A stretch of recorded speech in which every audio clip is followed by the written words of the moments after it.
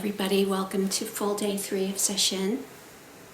It's another beautiful day here in Cornwall-on-Hudson. And today I'm going to be talking about, I'm going to pick up where Chansui left off yesterday. He started us off setting the scene of the Diamond Sutra with the Buddha taking his seat and preparing to talk to 1,250 monks, devotees. And Chansui beautifully set up what it means to take a seat and to get into the right posture so that we can feel light and tall and ready.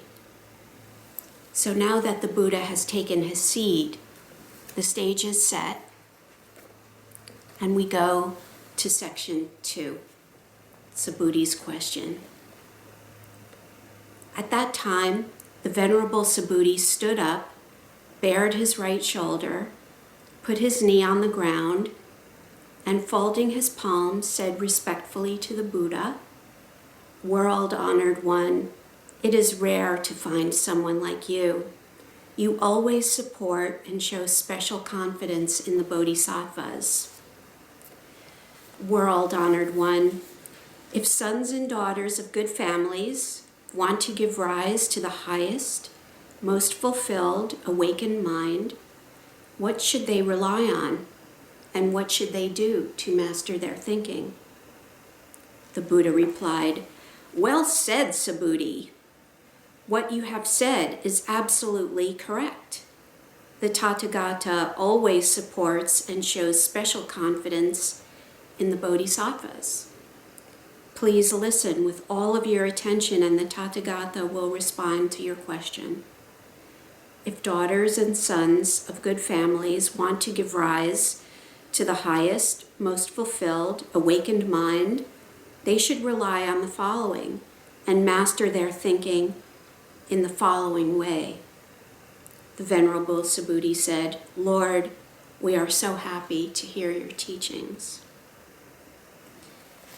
So Subhuti was a student of the Buddha's, and he had this burning question.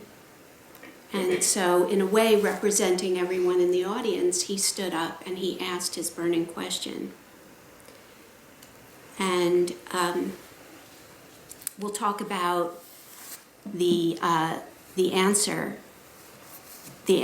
today.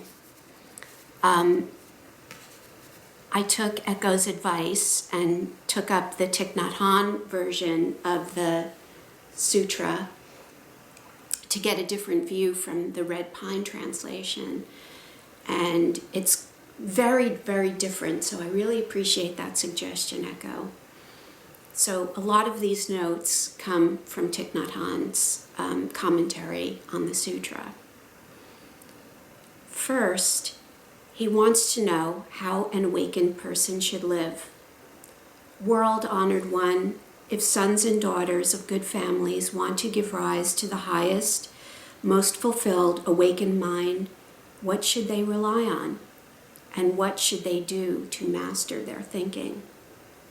Another way of asking that question is, if I want to use my whole being to protect life and, in my estimation, by extension, the life of the planet, what methods and principles should I use? Or where should our minds take refuge, and how can we master our thinking? The answer has many parts, but let's go back to the qualities of a bodhisattva, which Thich Nhat Hanh describes in many ways. First, bodhi means awake, and sattva means living beings. So a bodhisattva is an awakened being who helps other beings wake up. How do they do that? Bodhisattvas are compassionate people whose intention it is to relieve their own suffering and the suffering of their fellow beings, their families, communities, and the entire society. An authentic bodhisattva, according to Thich Nhat Hanh, is someone who embodies two elements: the great aspiration to bring all beings to the shore of liberation, and the wisdom of non-discrimination. A bodhisattva rides on the waves of birth and death. The true bodhisattva is one who sees no demarcations between organic and non-organic, self and non-self, living beings and non-living beings, bodhisattvas and non-bodhisattvas. And he says when we meet someone like this, compassion wells up in us. This, according to our Dharma brother and great teacher, Jerry Shishinwick, is our job description as Zen students. That's what we aspire to. To become a bodhisattva, the Buddha tells us we need to embrace these themes that come forward in the Diamond Sutra. Generosity, looking at erroneous perception and non-concepts, impermanence, no self, and emptiness. So for Thich Nhat Hanh, generosity for a bodhisattva is the work of helping that is natural, just like breathing. While working to relieve the suffering of others, you do it in the spirit of signlessness, not distinguishing between yourself and others, which is what Roshi talked about on the first day of session. When it comes to erroneous perception and non-concepts, you may remember that Kozan spoke about concepts in the spring.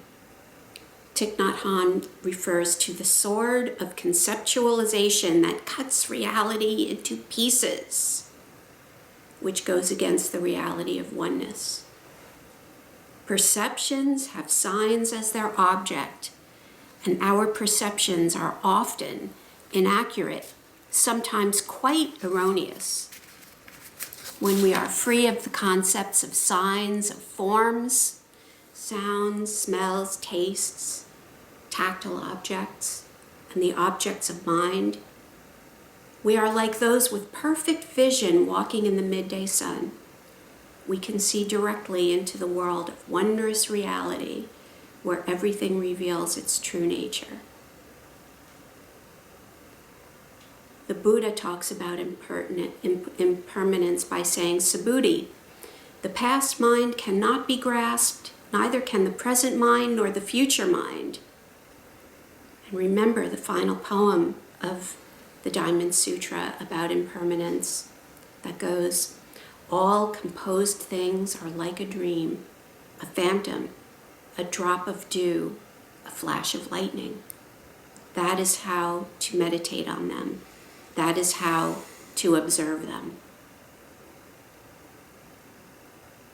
Defining no self, which is among our most difficult concepts to really grasp, which Roshi talked about the other day.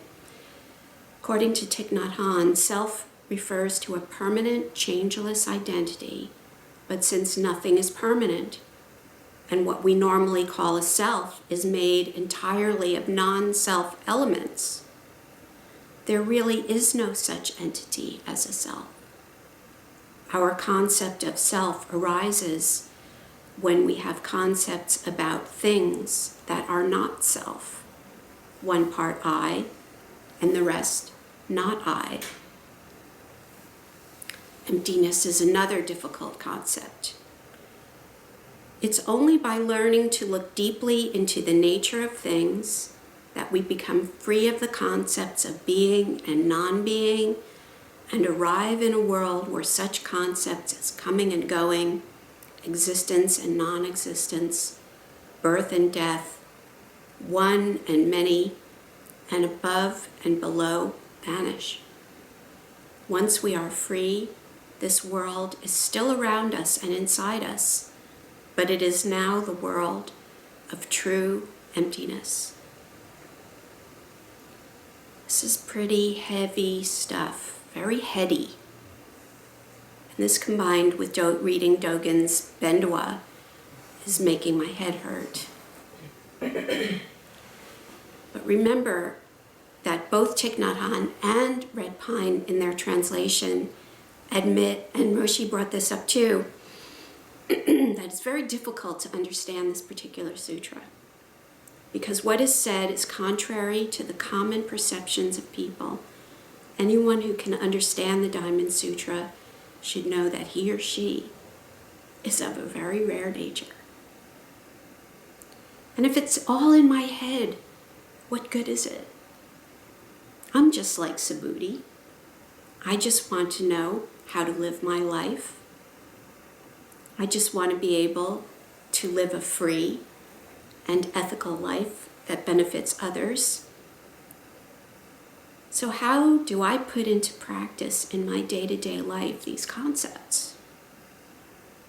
Thich Nhat Hanh understands the necessity of this, and he refers frequently in his commentary to daily activities like washing the dishes. He quotes Zen Master King Tran Nan Tong, who said, "Eating, drinking, and going to the toilet are all Buddha Dharma." He even ends his commentary on the Diamond Sutra with a chapter entitled Becoming a Modern Bodhisattva. Thich Nhat Hanh says, "The great heart of a bodhisattva, mahasattva, can be seen throughout his or her daily life. The way we drink tea, eat our food, wash the dishes, or tend our garden, or in my extension, take care of the planet.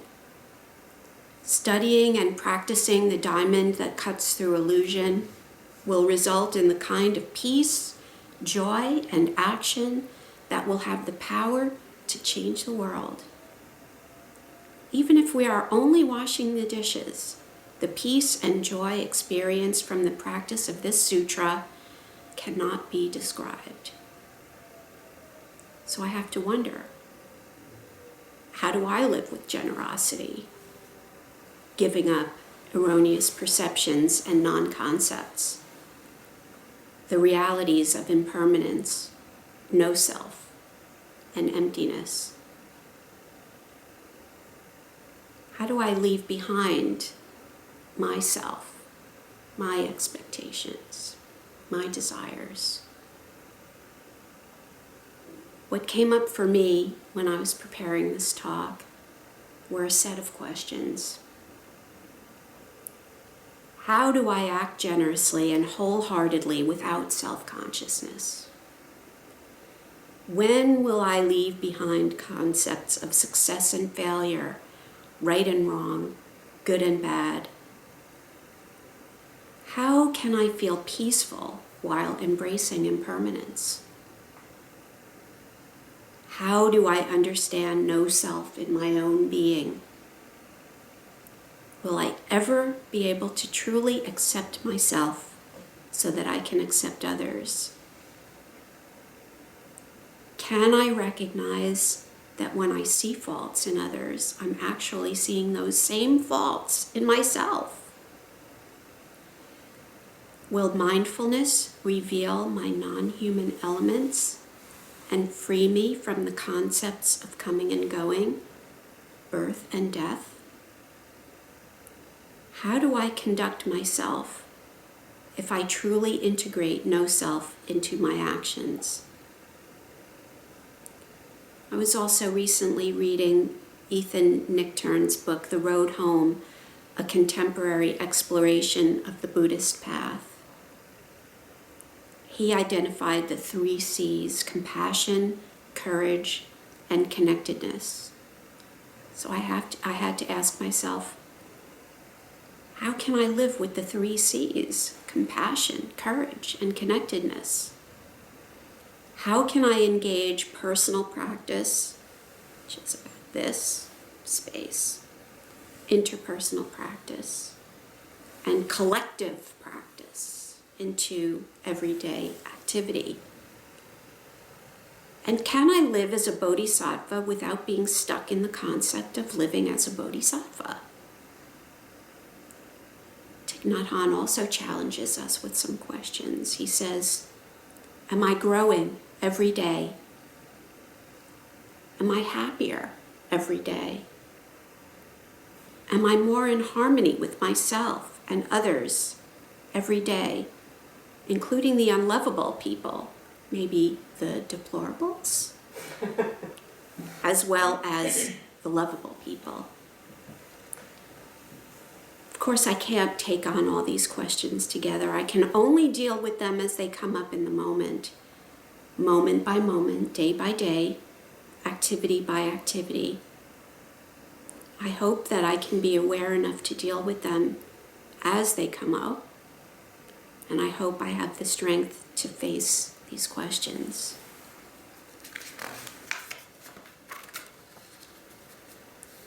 I'm going to close now with two poems written by non-Zen poets.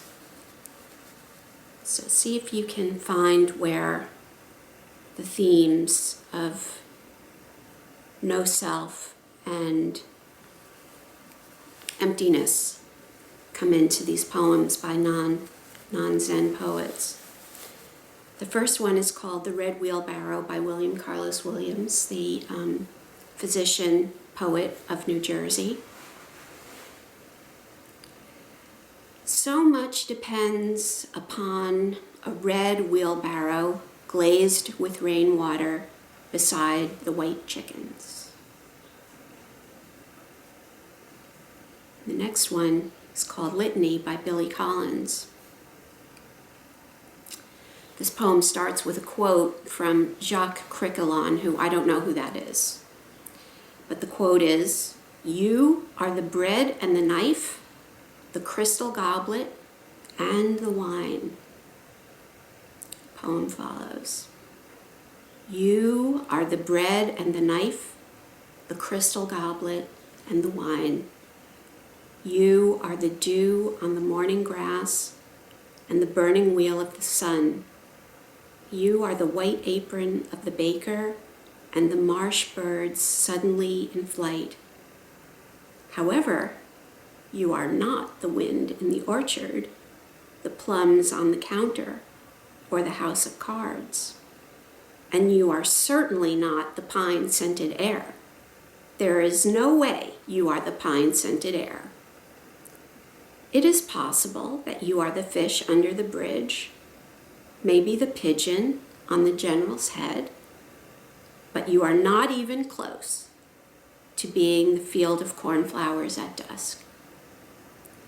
And a quick look in the mirror will show you that you are neither the boots in the corner nor the boat asleep in its boathouse.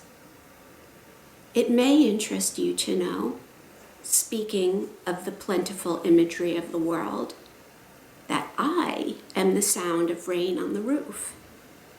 I also happen to be the shooting star, the evening paper blowing down an alley, and the basket of chestnuts on the kitchen table. I am also the moon in the trees and the blind woman's teacup.